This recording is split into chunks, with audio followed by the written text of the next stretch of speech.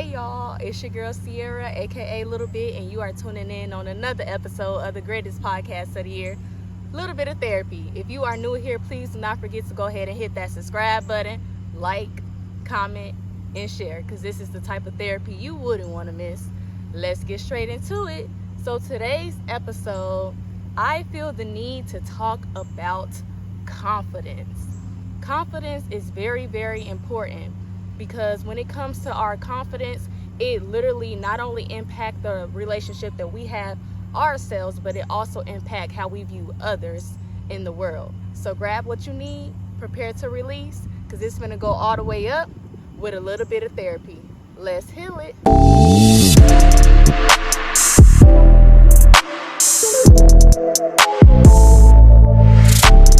All right, y'all would never believe what happened.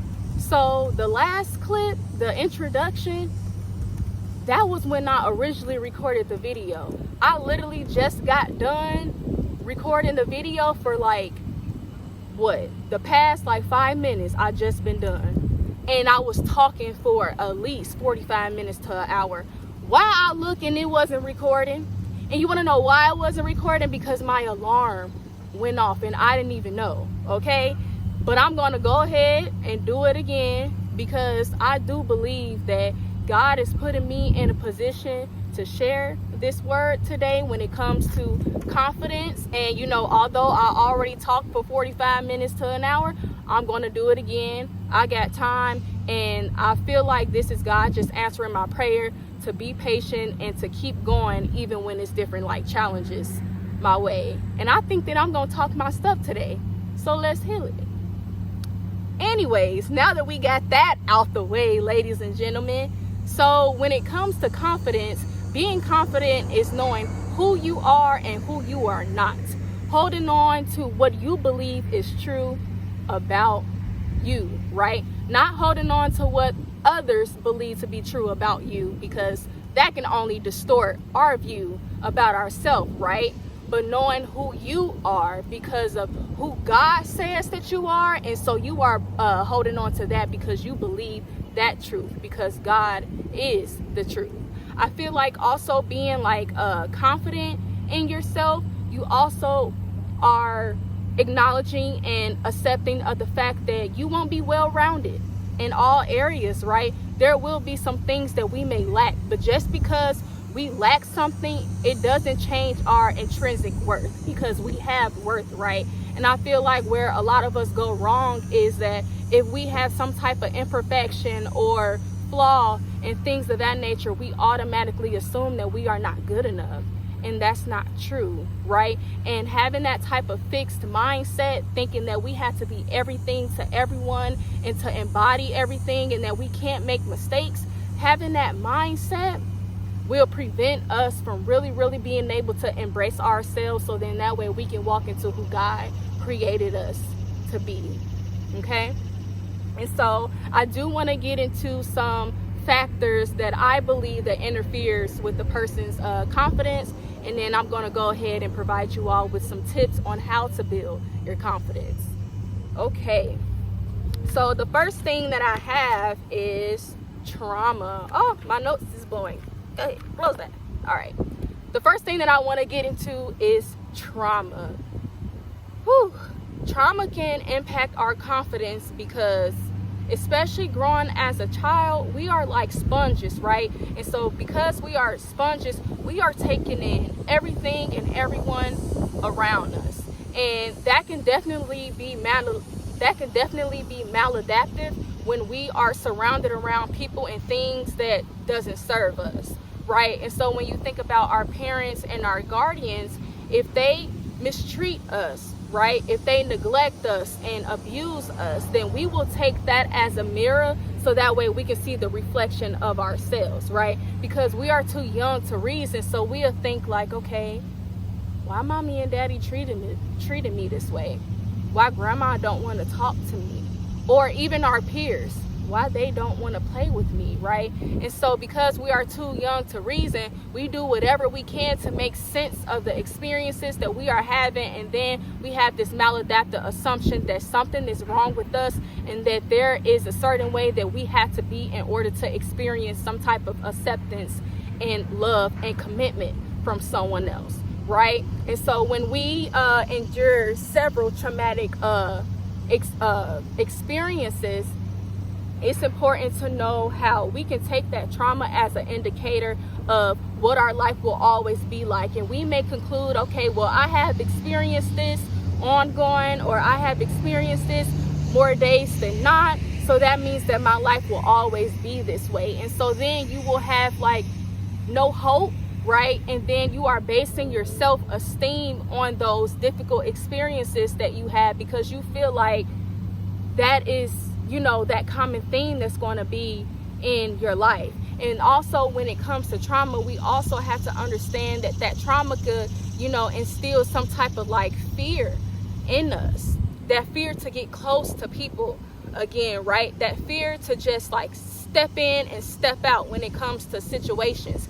And then that interferes with our judgment. And I know a lot of the times people may say, nobody can be trusted, I don't need nobody, etc., etc. I got it. You sure no one could be trusted? Or is it that you do not trust yourself because of the trauma that you went through, and you don't know if you have the correct judgment to go ahead and pursue this thing? You don't know if you have the correct judgment to go ahead and pursue this person, right? And that trauma is constantly reminding you and repeating and like your mind over and over, remember what happened the last time? You sure you want to do that? They just like everybody else, right? And so to circle this back to like confidence, we do not have that belief that if we allow ourselves to love again, or if we allow ourselves to be our true self, if we allow ourselves to make certain decisions, it's not ultimately going to be the same repeated pattern of the traumatic experience that we endured before, right?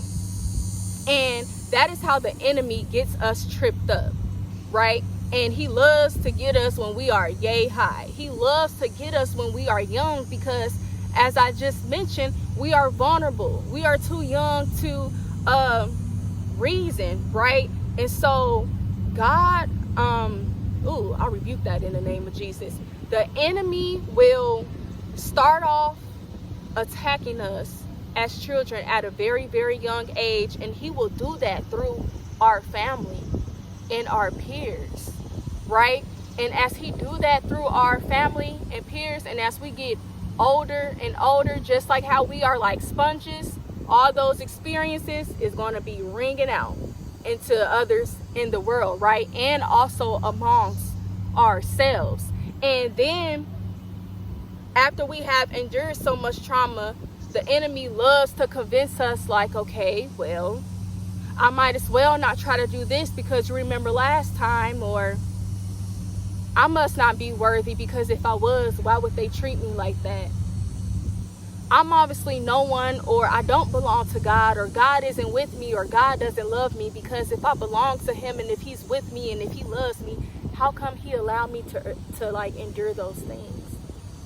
And I think that these are all valid questions to answer, and that's why it's important to offer it to God, bring it to God, so then that way he can reveal himself to you, rather than you allowing that trauma that you experienced to become your revelation. I hope that that makes sense.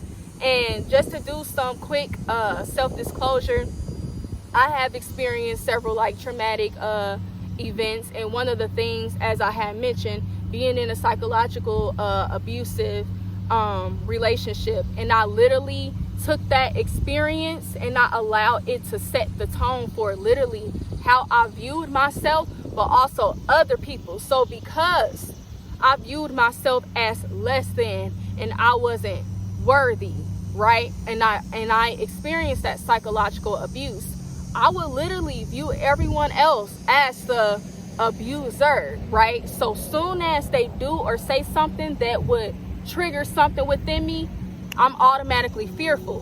but I'm not fearful in a way in which I am walking on eggshells. I'm fearful in a way in which I begin to attack and feel like I gotta hurry up and defend myself, right? I will always feel like who I am is being threatened. I will always feel like, okay, if I say something and someone doesn't agree with it, that means that they are trying to coerce me into being in agreement with them. I wasn't confident in the fact that I can still hold on to what I believe to be true and know who I am and know who I am not, but still have interactions with people in which, they have their own truth that they are holding on to. And just because there are differences, it doesn't mean that it has to be this disconnect. Just because they have differences, it doesn't mean that they have any ill intent, right? And so in order for me to become more confident, I had to work through that trauma. I had to realize that everyone wasn't him. I had to realize that, I made a mistake in the relationship that I had with him, and the way that he went about the mistake, it was abusive. But just because if someone points out something in me, that doesn't take away the fact that they love who I am. That doesn't take away the fact of who I believe myself to be. It just means that someone is, expressing their thoughts and feelings to me. And so that's why it's very, very important to think about how our trauma can impact our confidence, because once we begin to feel threatened, we are going to have so many different behavioral responses, whether that is us becoming aggressive, right? Because we feel insulted, because whatever a person did or said, it reminds us of our critical mother or our abandoning father, or whatever the case may be. We may end up, walking on eggshells because we're scared to make a mistake or present ourselves a certain way, because when we made mistakes as a child and when we weren't able to reach certain expectations, we were excessively, punished. Or maybe we allow ourselves to grow with someone and to love someone, and that same person that we have grown to love and that we had allowed ourselves to grow with, that was the same person who abused and misused me. So now I don't even trust myself. I don't even trust my judgment. And because I don't trust myself, and because I don't trust my judgment, I don't trust myself to be in relationships with others. So I'm going to be fearful avoidant with my attachment style. Or I may be anxious avoidant with my attachment style to prevent people from leaving me. So it's important to ask yourself, what trauma have I endured, right? And how is this trauma impacting my confidence?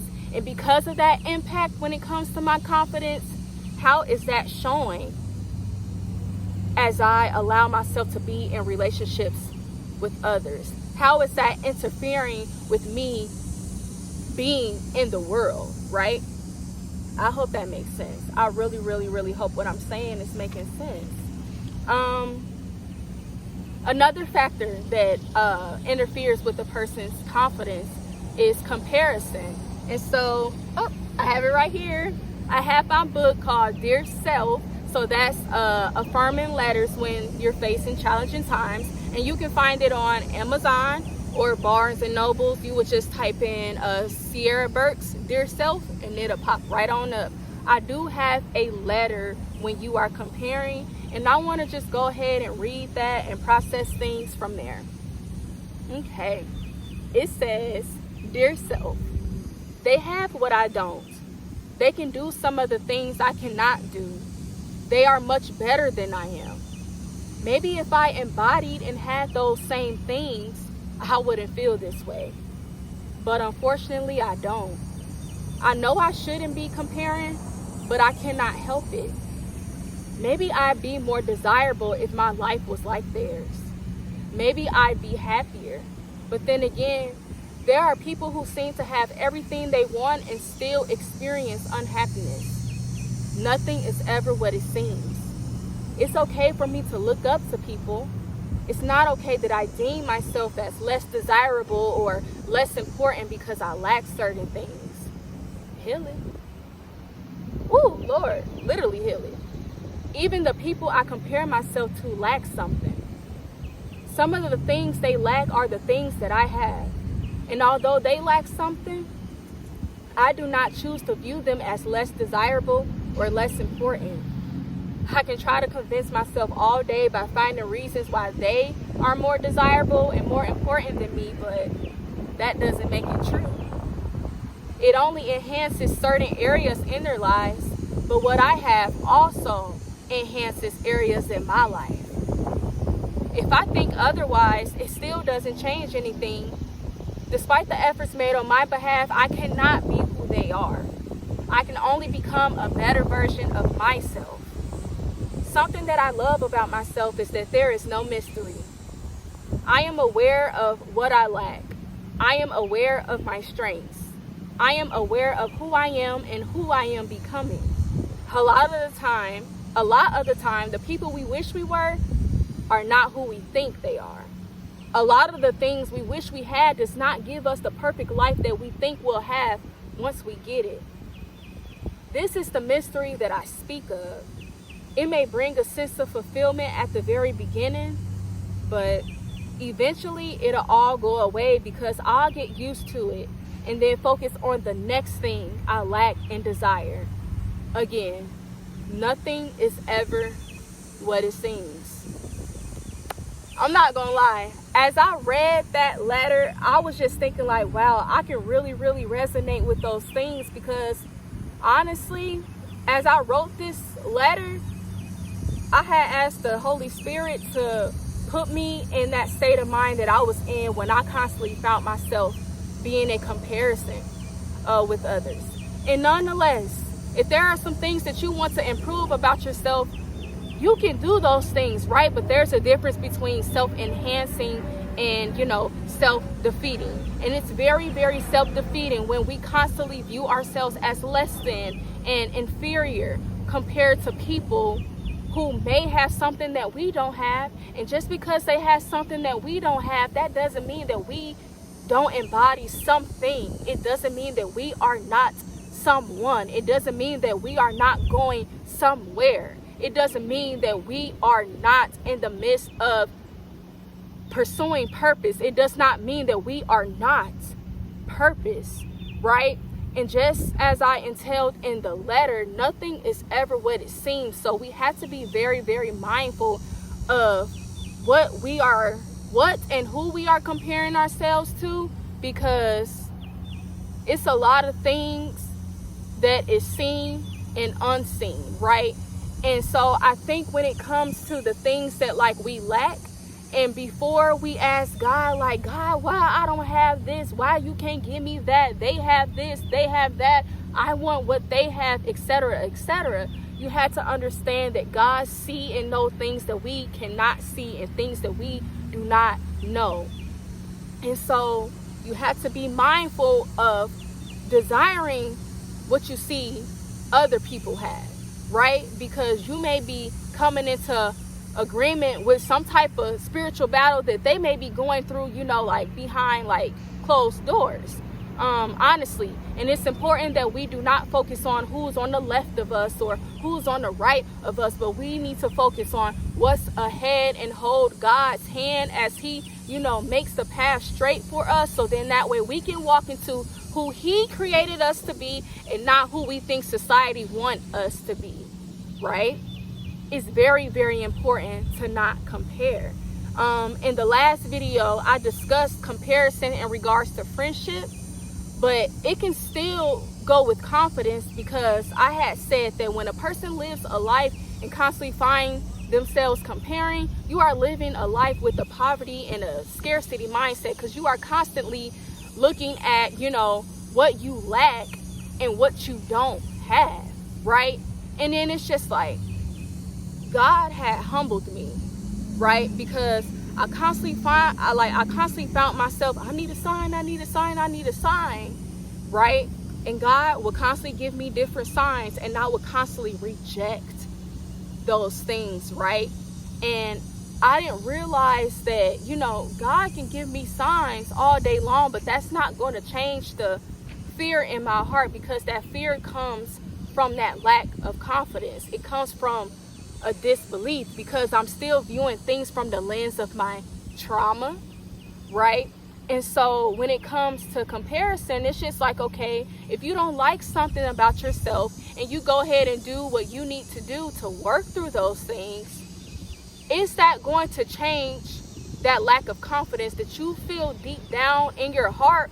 Or is that just going to open up the next door for you to find something else to fix about yourself, right? You know, sometimes we think, I just want this. All I have to do is etc., and then I'll. But will you? Will you?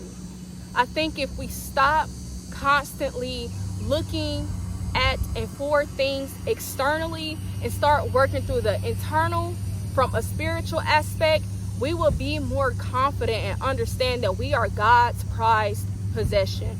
We will be more comfortable and confident with the fact that we are created in His image, right? And we won't allow the path and the race of someone else to trip us from seeing the path and the race that lies ahead of us, right? And so when it comes to comparison kills, baby.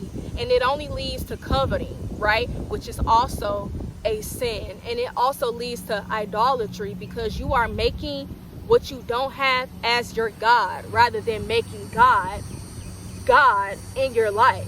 Does that make sense? And when we constantly find ourselves in this constant state of comparison, not only does it lead to the coveting and the idolatry, but that just opens the door for more sins, such as, you know, jealousy and envy and bitterness and unforgiveness.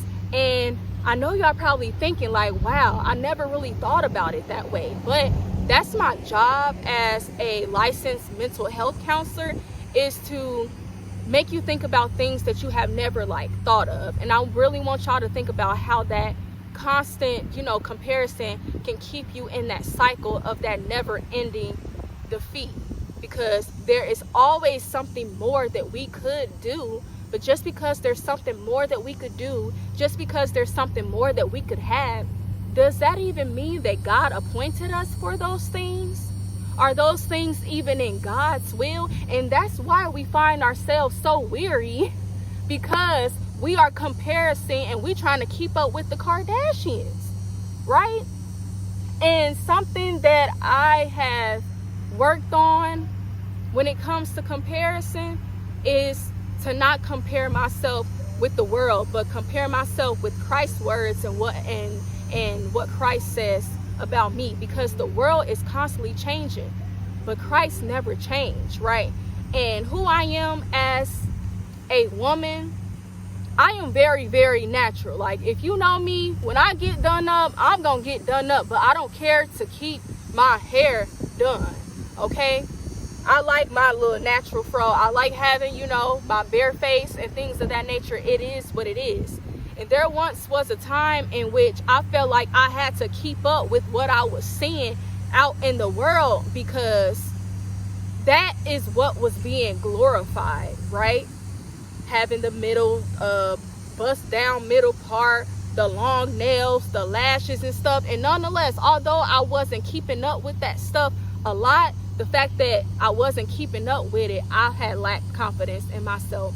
I felt like, oh, well, maybe I'm not pretty enough because I don't look like that. You know, maybe they wouldn't find me interesting because I don't dress like that, right? And you have to think that the world is constantly changing, and there's generation after generation, and there's trend after trend. And it's like, you can keep up all you want, but eventually you will get tired, because you are running the race with the world. But God says, for those who trust in Him, they shall run and not grow weary, walk and not faint, right? And I constantly found myself being weary and fainting in who I was as an individual, because I was literally trying to compare myself. But once I stopped doing that, my self-esteem went through the roof. And it's not even just about physical, but it's about internally. Because once again, you can change the physical, but what about your heart? What about your heart? And you know that saying when people say, she real pretty, but I don't think she attractive because her attitude, that goes the same about our confidence, right? If you aren't confident in like your physical appearance, you can change that all day long, but what about the things internally? What about you being confident and trusting your judgment? What about you being confident in knowing that you are capable? What about you, being confident in knowing to make decisions? What about you being confident into pursuing certain opportunities and relationships? What about those things? So, feel it. Where my book at? Okay, it's trying to blow away, y'all. The next thing that I have, it is coveting, but I already tied that into comparison. So the next thing I'm going to get into is negative self-talk. Ladies and gentlemen, we have to stop speaking down on ourselves, right? We have to stop speaking down on ourselves. And even when you think about it, once again, you got to ask yourself, where did that accusing voice come from? Because it may well be from those past traumatic experiences that may have started in childhood. So even when you think about a person who is very motivated and driven, they may think being hard on themselves is a way to boost their esteem, boost their confidence, so then that way they don't fall into laziness and procrastination, and then that way they can be really intentional. But you are literally doing yourself a disservice when you are so driven and motivated to the point in which it is embedded in perfectionistic standards, right?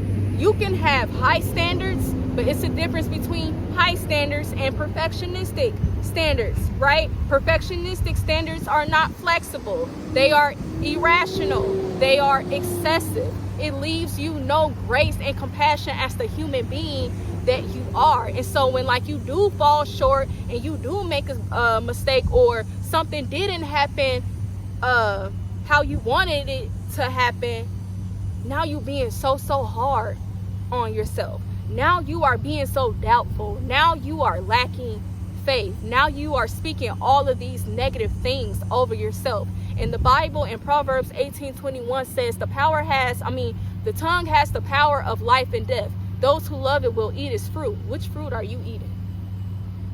Right? If you've been following me for quite some time, I always love to, it's bugs. I always love to compare ourselves to plants. We are plants, and we have to water ourselves with the proper nutrients so that way we can grow. But if we are constantly planting the seeds in our minds that we are not enough and we are stupid and we can't do this and we must and we should and we ought to, and all of these different rigid things, and all of this all or nothing, it does nothing but make our confidence lower and lower, and it makes us question ourselves and who we are and what can we contribute to society, right?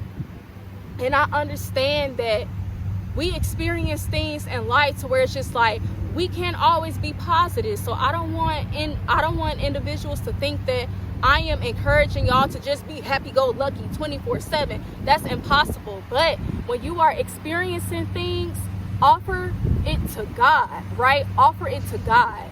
Because once you begin to offer it to God, He will do something that's so unexplainable. The Holy Spirit will just move through you, and then that self-criticism will turn into a self-enhancing perspective of what you think about yourself and your experiences, right? So just at the beginning of this video, you know how I said I literally was talking for 45 minutes to an hour straight, and when I got done, it wasn't even recording. I could have literally packed up all my stuff and said, nothing good ever happens to me. This why I'm just gonna stop doing da-da-da. I could have literally used that as an excuse to give up and just speak all those different curses over my life. But you know what I did? I said, this is God's way teaching me how to be patient, and He's teaching me how to keep going, even when there are so many challenges and reasons not to keep going, right? Understand that our flesh wants to respond to something in one way, but we have to allow ourselves to be led by the Spirit, because the Spirit will literally have us speaking things over our lives to where it's just like, I haven't even seen it yet, but I believe it, right? And in order to get to that point, we have to know who God is and be in alignment with Him and in His will, right? Because if not, life is unfair and troubles are inevitable. That unfairness and that trouble that we will experience in this life, it can easily knock us down, right? And I know a lot of the times people say, ooh, the devil, the devil, the devil. It's you. I'm not even gonna lie. It's you, because the moment something bad happens and you begin to just speak so negatively about yourself, or I wouldn't even necessarily just single it out to something bad happening, but if something doesn't work out in your favor, heal it. That's when you begin to speak all those negative things, and then you say, the devil don't want me to do this, the devil don't want me, or people always do that, etc., etc. It's you. The moment that you spoke those words, you just came into covenant with those things.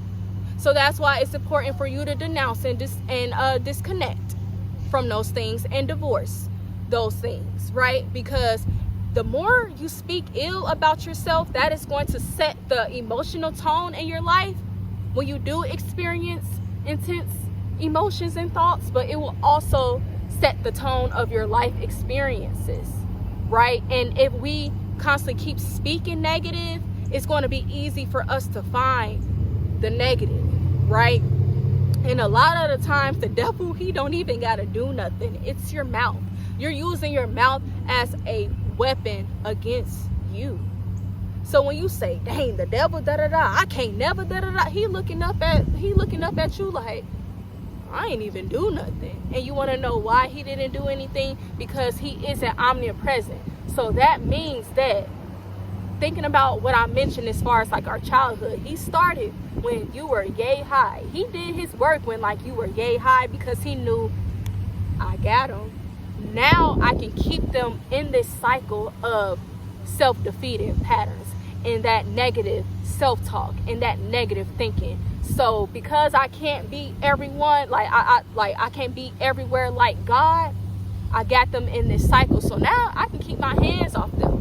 I don't need to do no work. They gonna do the work by their mouth, by their thoughts, right? By where their focus is lying. Does that make sense? So be mindful of the things that you are speaking over your life. And I'm not gonna lie, most recently, because I just had a birthday, I just turned 30 years old, and nothing was going right at all. Like, my birthday did not go how I wanted it at all. And I just started speaking so negatively, because I had just got to a point to where it's just like, I've been going through stuff non-stop. I haven't gotten a break, right? And so I was just allowing things to compile. Like, it's okay, God got me, but never really necessarily offering those things to God. Once I had enough, and it was my birthday, because it was just like, dang, the one day that I get out the year, I can't even have that, I start speaking negatively. And when I start venting those things to my mom, she was like, see, stop speaking like that. And automatically I'm thinking, why are you invalidating me? And I think that's a lot of where we go wrong, because if someone is not in agreement with our negativity, I hate to break it to you, we think that they're invalidating us and they trying to like shut us out, and they just trying to fix and resolve things. No, those are the appointed people that God has sent in your life to speak life over you when you can't speak life over yourself. God was speaking to my mom. No, God was speaking to me through my mom to tell me, Sierra, be mindful of the things that you are speaking. Think about things outside of what is going wrong, but really, really, really thinking about how I'm positioning you and how I'm preparing you. And think about all of the things that you can go into year 30 with, that you had prayed and you got on your knees and cried to me about during your 28th birthday. And look at you living in those things now. But here you are speaking and thinking negatively over your life just because your hair poofing up and it's hot outside. Just because you don't have any birthday plans and you don't really have anyone to spend your birthday with how like you usually would do, and you will be surrounded by over like 20 people, some people who you don't even really have a connection with. Just really think about what I'm doing in your life. You prayed for this, and you're gonna speak down on that because it's not happening how you want it to happen. You said that you want to be in my will, right? So let me do that, baby. Let me tell you. So I'm not trying to make this about me, but I really felt like it was important for me to implement some type of self-disclosure so you can understand how negative speaking can really like impact like your confidence, because I was literally going into the age 30 with old thinking patterns, right? And with old like emotions, and then starting to feel like that little 21-year-old where I felt like my life will always be this way. I'm not good enough.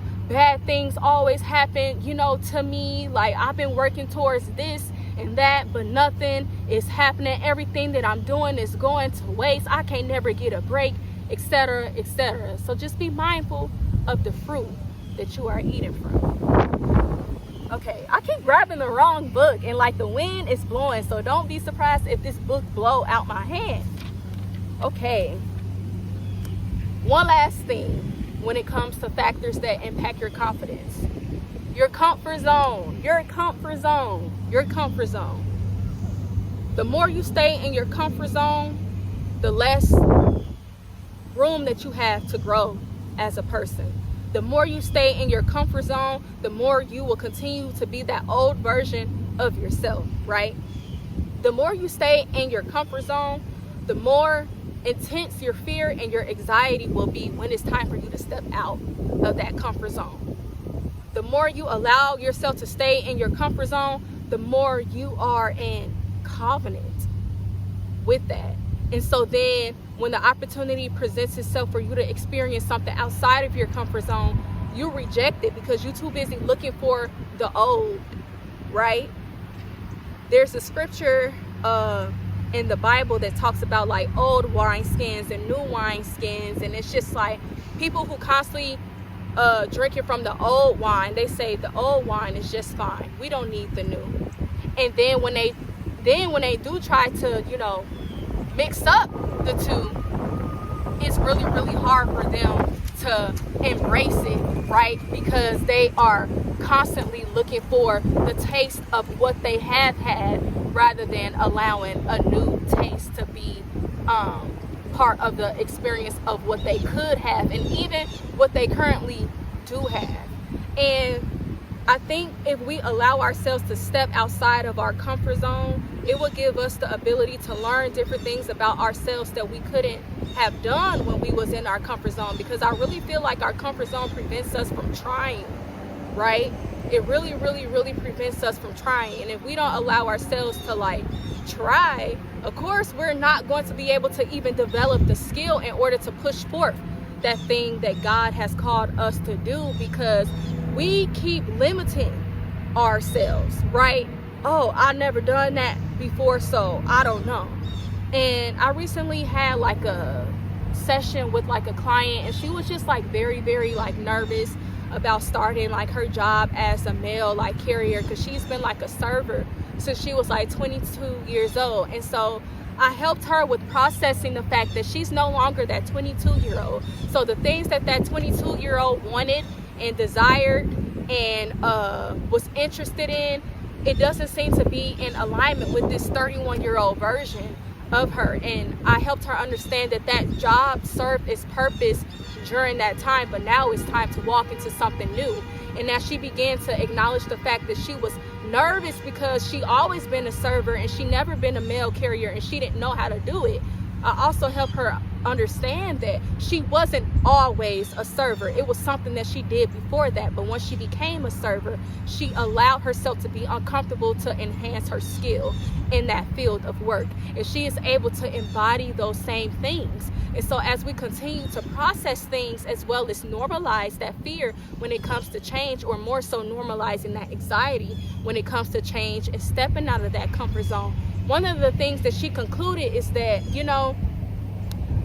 I'm nervous because there's that uncertainty, but based on what I do know about this job, it is causing a strain when it comes to my mental and my emotional health. So I would rather take that risk of doing something that I have not experienced before rather than constantly experiencing the same thing.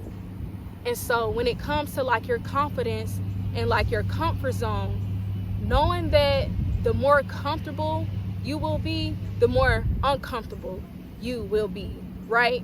God has pushed me out of my comfort zone to the place of discomfort, to the point in which it's just like I began to feel so weary, right? And I'm like, something in my life gotta change. This can't be my life. This can't be my life. I know this is not who I am. Like, who am I? Who am I?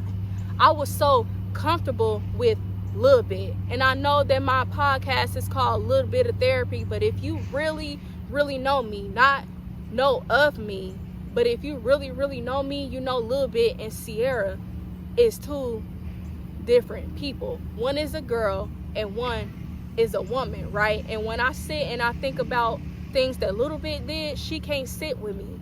Nonetheless, I know where I come from and I know who I was, but I also know where I'm going, where I'm at, and where I'm not trying to go back to, right? And so I was really, really comfortable of doing things how I always been doing it, to the point in which God made me really despise those things. And I always felt like I couldn't be content. Like, it literally always felt like something was like missing.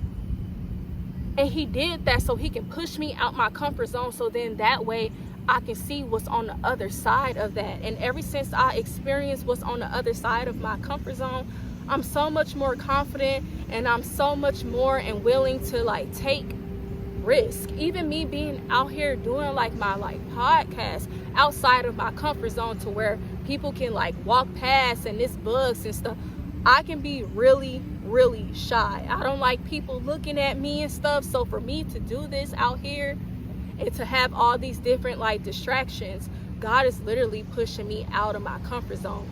Me being here in Georgia right now, God is pushing me out of my comfort zone. And I still don't even know what I'm doing out here. I'm not even gonna lie, I'm just out here. But I'm out of my comfort zone. And it's funny how I don't feel uncomfortable at all. It's crazy how God works, right? I don't even know what's going on in my life, but I feel very comfortable outside of my comfort zone. I feel very confident in myself because I'm finding my confidence through God. Food for thought.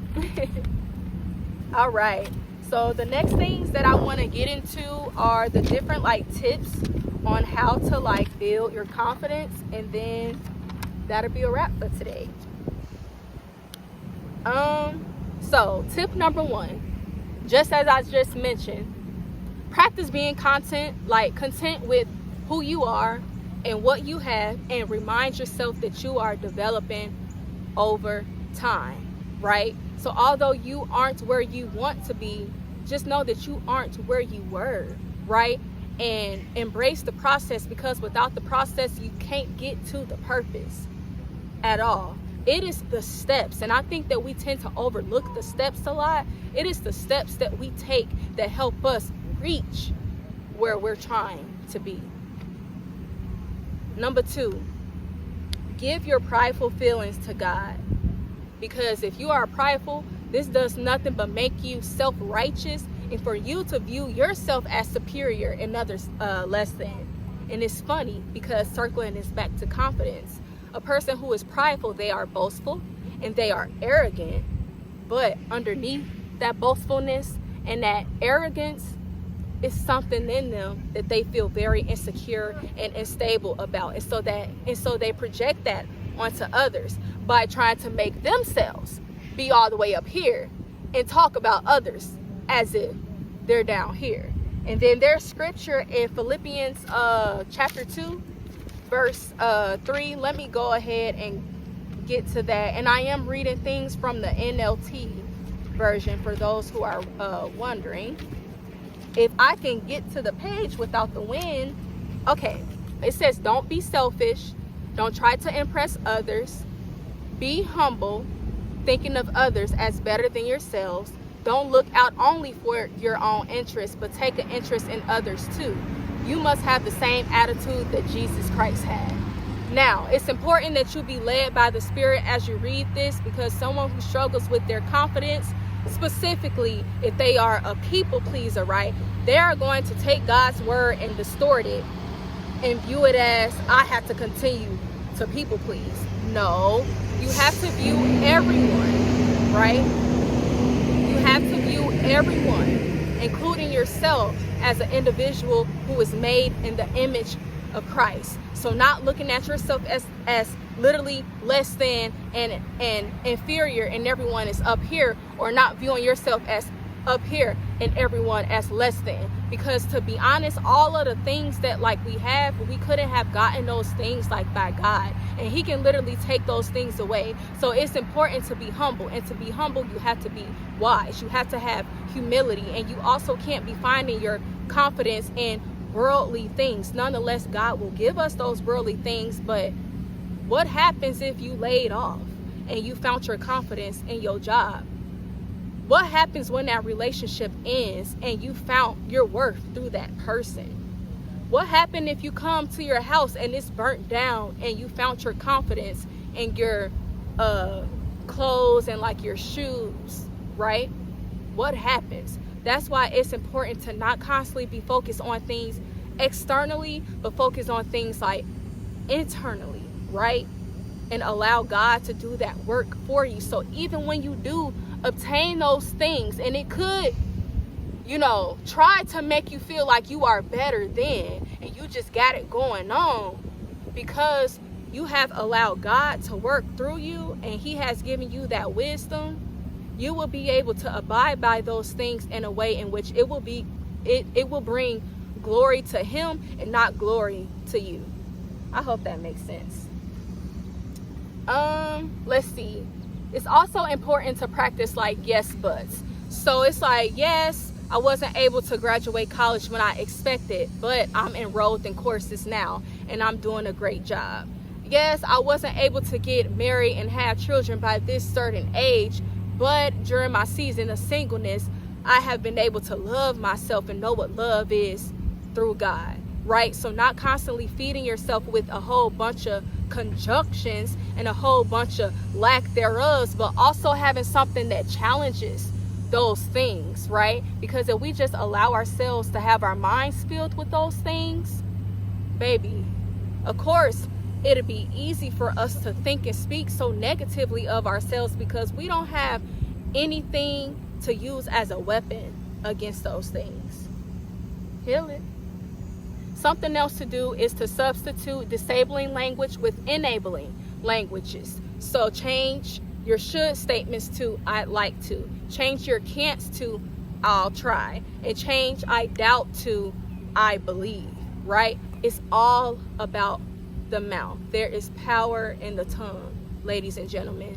And another tip is to try, right? So just how I mentioned how the comfort zone prevents us from trying and things of that nature, I actually want to read this verbatim because this is very important. It says, uncertainty will be a barrier of trying if you assume that you have to 100% be sure before trying. Trying has different possibilities, but when we try, we allow ourselves to discover things about ourselves we never knew, including strengths that's hidden behind the fear that we have. So I'm telling y'all, try. That don't mean put yourself out there in a position in which you are trying to do something that's unrealistic, but try to do something that is practical. Do something that is doable, and practice doing that step by step and day by day, and just keep building on that and watch how your confidence grow. I'm trying to tell you. Another thing that should have been number one, I don't even need to go into detail about that, but let you find your confidence in Christ. Have your confidence in Christ, knowing that you are created in his image, knowing that you are his masterpiece, knowing that he is pleased with you, knowing that you are his prized possession. And as long as you keep yourself anchored in that, external things that try to take away like your confidence, baby, you'll be stirred but not shaken, because you will have that firm foundation, and that is through Christ.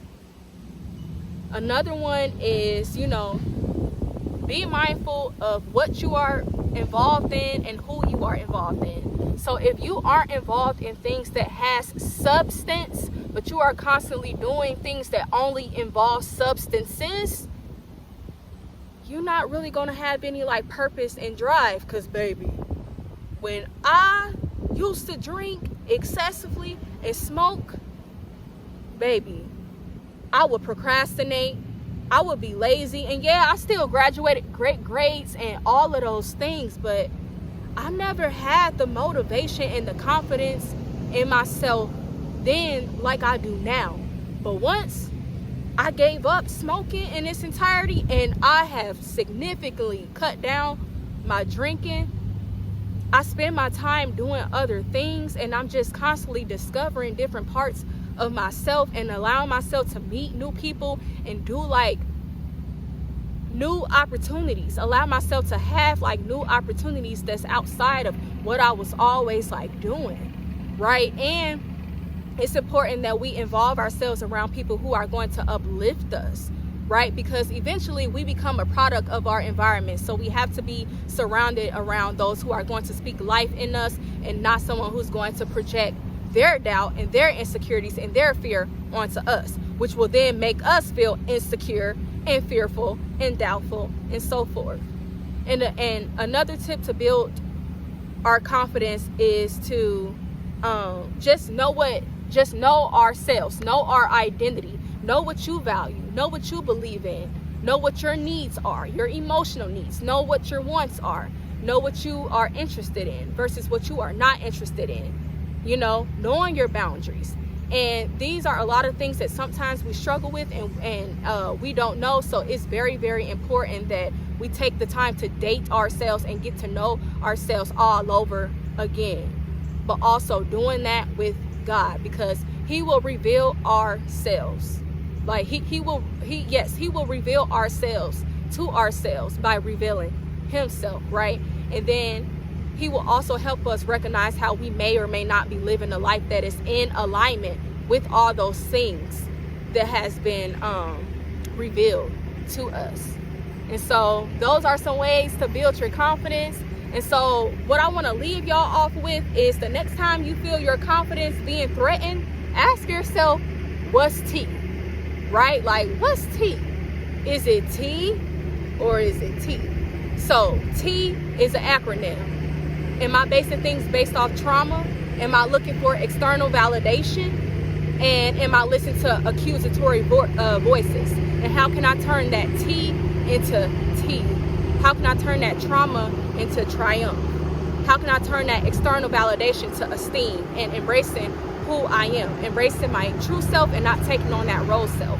How can I turn those accusatory voices into affirmations and assurance? And so that's what I want to leave y'all off for today. Like I said, I had originally recorded this video and it had cut off. So I really hope this second go around I was able to speak in a way in which it was clear.